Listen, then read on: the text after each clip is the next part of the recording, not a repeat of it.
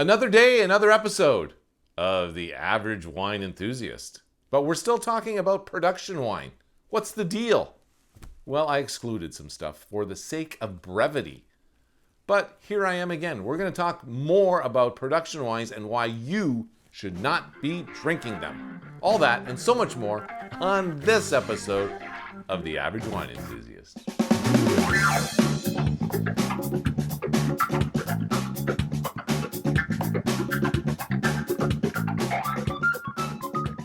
Hi there, everybody. My name's Mike LaPlante, and I'm the Average Wine Enthusiast.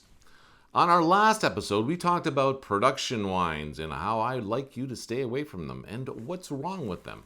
However, in my desire to shorten shows, to make them a little more watchable, easier to watch, I excluded some information. So here we are, production wines revisited.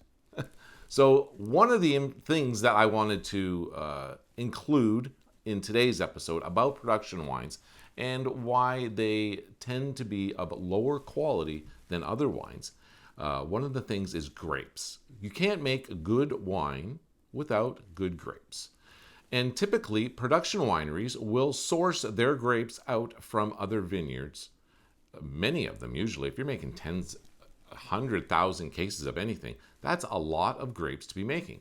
And so they source them from other folks other than themselves. They may grow their own grapes, but those grapes don't necessarily go into their production wines. So what's the issue with sourcing grapes from other places? Well, these vineyards will they got to make money too. So one of the primary formulas out there is 3 tons of grapes per acre will give you a good quality wine. So if you have 3 tons of grapes comes out of a vineyard per acre, I should say, you'll get a pretty decent wine. That means the acidity could be there, the sugar can be there, the tannins and all that good stuff that's in the grape. But if you're a vineyard selling to a production winery, you can sell them 4 tons of grapes from 1 acre and you'll make more money. So obviously, if you have 4 tons, the grapes that come from an acre of grapes will be less. The quality will be less. The sugars will be down. The tannins will be less. There's only so many nutrients in that 1 acre plot to feed the grapes. So if you're taking that amount of nutrients and giving it to 4, well, then those nutrients got to be spread out over more grapes. So that's one thing that can decrease the quality of the wine that production wineries produce. Also, there's the maintenance of each individual row in a vineyard. So these vineyards, obviously, like I say, they want to make money too. There's a certain amount of maintenance that you have to do to keep your vineyard healthy and producing good grapes. Because like I said, good grapes produce good wine. So, there's, you have to prune when the buds come out. You got to make sure that you have a certain amount of buds that are there. And then when the harvest comes, you got to make sure you control your canopy so that the sun hits it for a certain amount of time. All that takes money to send an actual person in there to do these types of chores. So that's another aspect, the amount of maintenance that a outside vineyard that produces grapes for a production winery puts into their grapes. So those things are factors that another winery, an estate winery, let's say, they put the time and effort into their grapes to make good grapes. The fact that a production winery has production wine that's on your shelf 12 months of the year should tell you something, that they've made a lot of wine, and that the number one purpose of that wine is to make money. Whereas your mom and pop your mom and pop wineries out there, typically their number one thing is to make good wine. They know, as someone who is growing grapes, you're a farmer, and there's years where the weather doesn't cooperate, things don't happen the way they should, and you lose money. So you have to be in that frame of mind that I'm in a business that I may not make money every year, but there's some years that are going to be stellar in terms of the quality of the wine you make. And there's some wineries out there, their number one goal is to be high on a list of quality wine producers. So that's another thing about production wine out there that I want you to know. Also, someone brought up the fact that there is production wineries out there that make wine that is good. Like, they make good wine. I remember Colio here, which they make girls' night out, and I would think to myself, I would never drink another Colio wine if you paid me. But I went to an event where they were showing off some of their wines, and they're telling us that they're trying to build up their portfolio to make a higher end wine. But those wines are not in my LCBO. They're not at an SAQ in Quebec. You're only going to find those at the winery or possibly in a restaurant because they make just so few of them. And if you're going to charge a good buck for those, those are the two places that you can do that kind of transaction.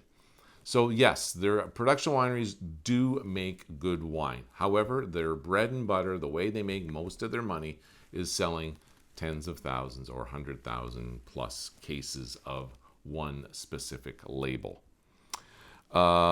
So I don't want you to drink production wine. That's my main thing. That's the goal of this show. The Average Wine Enthusiast wants you to drink better wine. That's the main reason I'm here. So what are the alternatives to production wine? Well, there's the mom and pop places. That's what a lot of wineries are. Either a family got into it decades ago and it's passed down, and there's those type of businesses, or there's people who made a lot of money in their earlier life and they bought a winery and they're trying to make a go of it that way. Those are the type of wineries you should be buying your wine from. How do you tell which wine is which, though, especially if they're similarly priced? Well, the label will tell you one thing. The fact that it's on your wine store shelf 12 months of the year will tell you that that is a production wine and you should stay away from it. But what tells you should buy another wine, the wine that you're not necessarily paying attention to, that only comes on the shelf once a year? Well, like I said, the label will tell you something. The name will tell you one thing for sure. There's my friend just sent me a photo. He was drinking a wine called 19 Crimes. Another great marketing thing. And if you're putting that much effort into marketing, odds are high you're not putting all that much effort into making great wine. But they're selling a ton of it, and that's on your shelf 12 months of the year. 19 Crimes. There's also is that the Snoop Dogg wine? I'm not even sure. But anyway, there's wines that you'll see that have names that are marketing based on marketing. Viewers sent in a comment about Yellowtail, which I think is a great marketing name. The label looks great. It looks tribal, and it's from Australia. Put some shrimp on the barbie, and let's have a bottle of Yellowtail. Right? But obviously Yellowtail, he called it an abomination. And it is. It's really crappy wine. And my wife's daughter worked at a vineyard that produced grapes for Yellowtail in Australia. I could tell you a story there, but I want to keep the show short. So there are alternatives out there. My number one alternative would be to go down the French or the Italian aisle in your wine store. You'll find if you go and buy a bottle of wine that is in your price range, maybe $1 or $2 more than you'd be willing to spend on a bottle of something else that is a production wine that's on the shelf 12 months of the year. That's usually a good place to go. But obviously, I'm a big proponent of Canadian wines, and you can also find some very good Canadian wines out there that are very high quality, that are family owned, and they're good for the environment. Summerhill comes to mind right now. So yes, just check out the label. Vivino can be your friend, and I know I've talked about Vivino in the past, and I'm sure a lot of you folks know exactly what that app is all about. So there you go. That's the appendum, as we'll call it, to the production wine show. Stay away from that stuff and enjoy a good bottle of wine. Speaking of a good bottle of wine, Deep Roots, Naramata Bench, British Columbia. They make fantastic Syrah. Their Syrah won in 2019 for the best red wine in Canada. Imagine that. But right now I'm drinking their rosé because it's still daylight out. And what kind of wine do you drink during the day? Rosé, of course. This is also very good in the old world sense of making rosé. I'm gonna wet my whistle right now.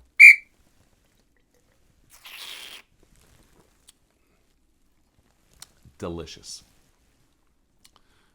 I belong to Deep Roots as a member. Go to their website, look them up on the internet if you're interested in becoming a member yourself. You really can't go wrong. Have them ship the wine to your house. So I guess that's going to do it for this episode. I'd like to thank you for watching. And if you know anybody who is in the same boat as you, watching videos on YouTube about wine, tell them about the Average Wine Enthusiast. I'd also like to thank the Big Organ Trio for letting me use their music on the show. I guess that's going to do it for now. My name is Mike LaPlante, and I'm the Average Wine Enthusiast. Salut!